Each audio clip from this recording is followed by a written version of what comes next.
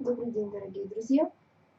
Сегодня мы поговорим о том, как сделать из отрубей и меда лекарство от кашля. Вообще в народных разных рецептах советуют отруби варить. Но сейчас выпускают совершенно другие отруби.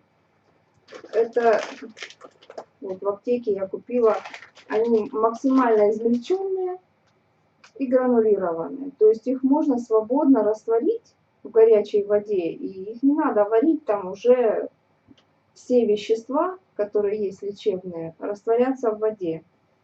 Поэтому буквально вот пол чайной ложечки отрубей мы кладем в стакан, в чашку, заливаем горячей водой.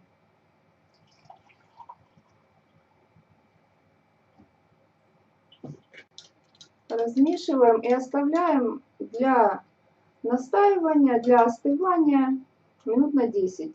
После этого температура вашего лечебного напитка будет максимально комфортной для того, чтобы мед там растворить, чтобы мед не потерял своих лечебных качеств.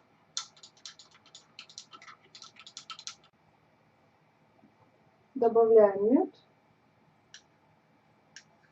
Еще одну большую такую чайную ложечку. Также размешиваем.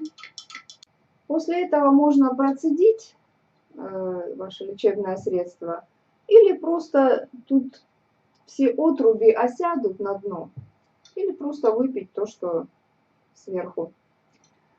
Кроме того, это средство будет иметь и общий укрепляющий эффект, и поможет при проблемах с кишечником. Друзья, подписывайтесь на мой канал, и я расскажу вам все о народных методах лечения. До свидания.